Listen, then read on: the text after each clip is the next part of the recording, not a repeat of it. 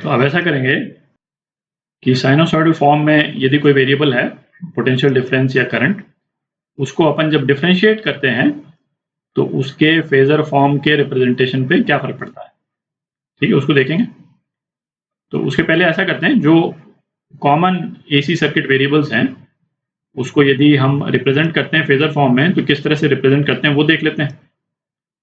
तो sinusoidal form में suppose हम पोटेंशियल डिफरेंस ले लेते हैं। ये पोटेंशियल डिफरेंस जो है वो किसी भी सर्किट एलिमेंट के अक्रॉस भी हो सकता है, कोई ईएमएफ का सोर्स भी हो सकता है, कुछ भी हो सकता है। तो सपोज ये है, ठीक है। तो इसका जो फेजर रिप्रेजेंटेशन है उसको इस तरह से करते हैं। पहला पॉइंट तो नोट करने वाला क्या है कि साइनोसॉइडल फॉर्म में जब भी हम वेरिएबल को डिनोट करते हैं तो ये स्मॉल लेटर यूज करते हैं। ये अपना हम अपनी कन्वीनियंस के लिए नहीं कर रहे हैं, ये यूनिफॉर्मली एक्सेप्टेड साइन कन्वेंशन है, ठीक है। इसी तरह से किसी भी किताब में कहीं पे भी वर्ल्ड वाइड ये इसी तरह से यूज होता है। जब भी साइनोसॉइडल फॉर्म में रिप्रेजेंटेशन होगा तो स्मॉल लेटर होगा, और ये अब हम इसको फेजर फॉर्म में रिप्रेजेंट कर रहे हैं तो ये कैपिटल लेटर में रिप्रेजेंट होता है ना। ये मैं पहले भी बोल चुका हूँ कि कॉम्प्लेक्स नंबर्स जो हैं वो कैपिटल लेटर से ही हम डिनोट करते हैं। तो इसको हम रिप्रेजेंट करेंगे फेजर फॉर्म में, तो हम इसको पोलर फॉर्म में रिप्रेजेंट कर रहे हैं, ठीक है। पोलर फॉर्म में ये इस तरह से रिप्रेजेंट होगा, ठीक है। इसको चाहे तो आप रेक्टेंगुलर फॉर्म में एक्सपैंड कर दें, बट पोलर फॉर्म में ये इस तरह से रिप्रेजेंट होगा, ठीक है। एक और केस देखते हैं। यदि v इस तरह से एक्सप्रेस्ड है, sign omega t plus five, ठीक है। तो अब इस साइन को हमको कॉस में चेंज करना है, इसको पोलर फॉर्म में चेंज करने के लिए, ठीक है। तो जैसे साइन थीटा क्या होता है, sine theta cos 90 minus theta, ठीक है। और चूंकि हमको ये थीटा का इक्विवेलेंट है ओमेगा टी प्लस फाइव, इसको हमको पॉजिटिव रखना है, तो इसको हम रिवर्स कर सकते हैं, एक ही बात है, कॉस थीटा माइनस 90, ठीक है। तो ये आ गया। तो इसको अब हम कन्वर्ट कर सकते हैं, साइनोसॉइडल फॉर्म को कॉस में कन्वर्ट कर देते हैं, तो ये क्या आ गया, omega t plus five minus 90, ठीक है। और अब हम इसको पोलर फॉर्म में रिप्रेजेंट कर सकते हैं, तो ये क्या आ जाएगा, V naught five minus 90 degree, ठीक है। तो दो रिप्रेजेंटेशन तो ये हुए, अब थोड़ी जगह बना लेते हैं। अच्छा, डिफरेंशिएशन देखने के पहले कॉम्प्लेक्स नंबर्स पे एक मैथमेटिकल ऑपरेशन और देख लेते हैं। तो ये ऑपरेशन क्या हुआ कि किसी भी फेजर को, फेजर मतलब हम कॉम्प्लेक्स नंबर को डिनोट कर रहे हैं इस वर्ड फेजर से, है ना, क्योंकि एसी सर्किट के कंटेक्स्ट में हम उनको फेजर्स ही बोलते हैं।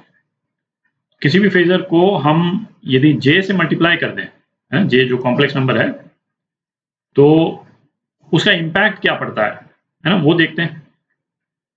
तो सपोज कोई नंबर है ना, कॉम्प्लेक्स नंबर है जिसका केवल रियल कंपोनेंट है ना, 2, बिल्कुल सबसे सिंपल केस ले रहे हैं।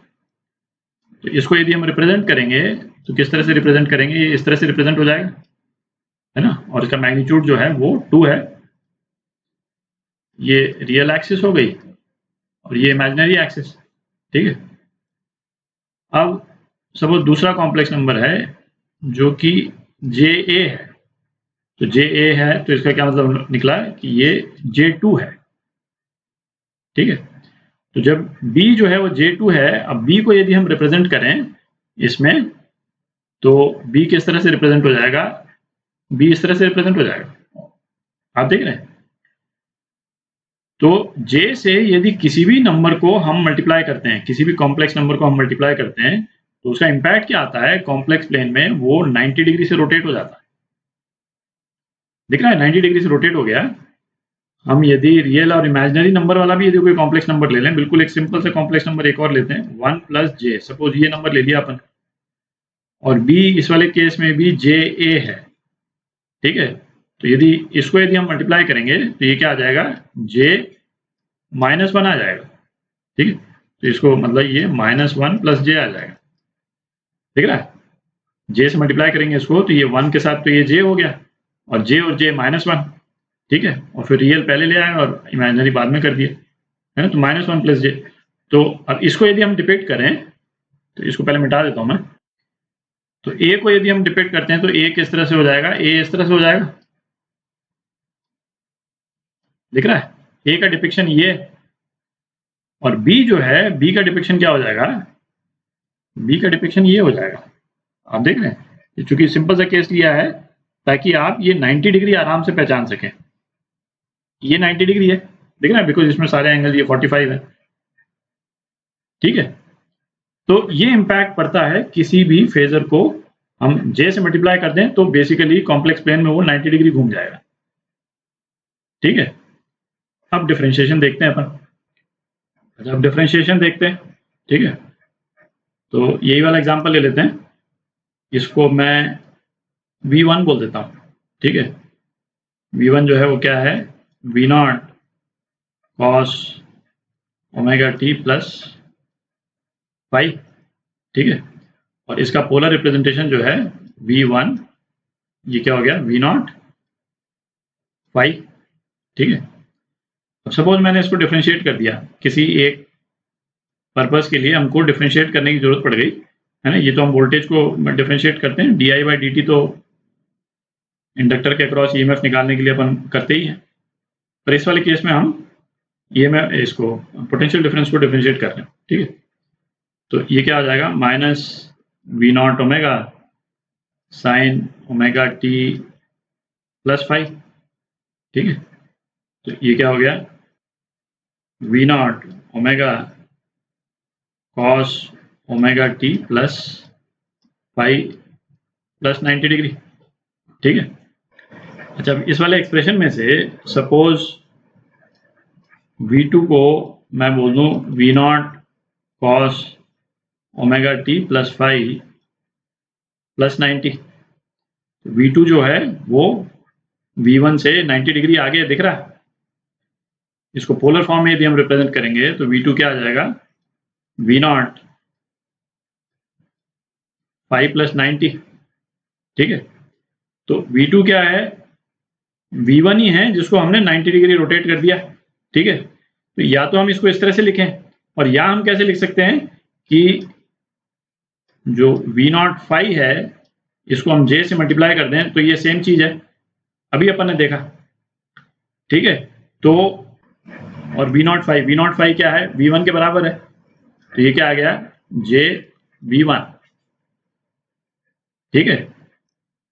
तो अब यदि dV1 बाई dt को हमको कॉम्प्लेक्स फॉर्म में लिखना है तो हम क्या लिखेंगे, dV1 बाई dt जो डिफरेंशियल है V1 का, उसको हम क्या लिखेंगे, ओमेगा, ओमेगा तो ओमेगा ही, और उसके आगे JV1। आप देख रहे हैं, हमने एक साइनोसॉइडल फॉर्म को जब हमने डिफरेंशिएट किया तो जो भी फॉर्म आया उसका मैग्नीट्यूड ऑब्वियसली चेंज हो जाएगा, पर डायरेक्शन जो है वो 90 डिग्री से रोटेट हो गया, दिख रहा है। और ये काम आएगा, है ना, अभी आप देखिएगा आगे जो है ना ये काम आएगा। तो इसको यदि यहाँ पे जैसे हम रिप्रेजेंट करना चाहें तो इसको A की जगह मैं V1 लिख सकता हूँ, ठीक है। और इसको जो है इसको V2 लिख सकते हैं, ठीक है। और यदि मुझे dV1 बाई dt लिखना हो, क्योंकि इसमें तो मैंने एम्पलीट्यूड सेम रखा है, केवल 90 डिग्री रोटेट किया है, तो dV1 बाई dt जो है वो क्या हो जाएगा, डायरेक्शन तो यही है, ये हो जाएगा आपका dV1 बाई dt। क्यों, क्योंकि ओमेगा से मल्टीप्लाइड है ना, V2 को V1 को ओमेगा से मल्टीप्लाई किया हुआ, ठीक है। तो ये है, ये बेसिकली मतलब इतना चीजें हमको फेजर्स के बारे में और उनके मैनिपुलेशन के बारे में आनी चाहिए। इन दोनों वीडियोस को आप अच्छे से देख लें, क्योंकि इससे आप रियलाइज कीजिएगा कि जो एसी सर्किट्स का जो एनालिसिस है ना, काफ़ी ज़्यादा सिंप्लीफाइड हो जाता है। इसको जब आप यूज़ करेंगे तो बिल्कुल जैसे करंट इलेक्ट्रिसिटी में हम प्योर रेजिस्टर सर्किट्स करते थे, बिल्कुल वैसे एसी सर्किट्स को आप एनालाइज कर पाएंगे, ठीक है।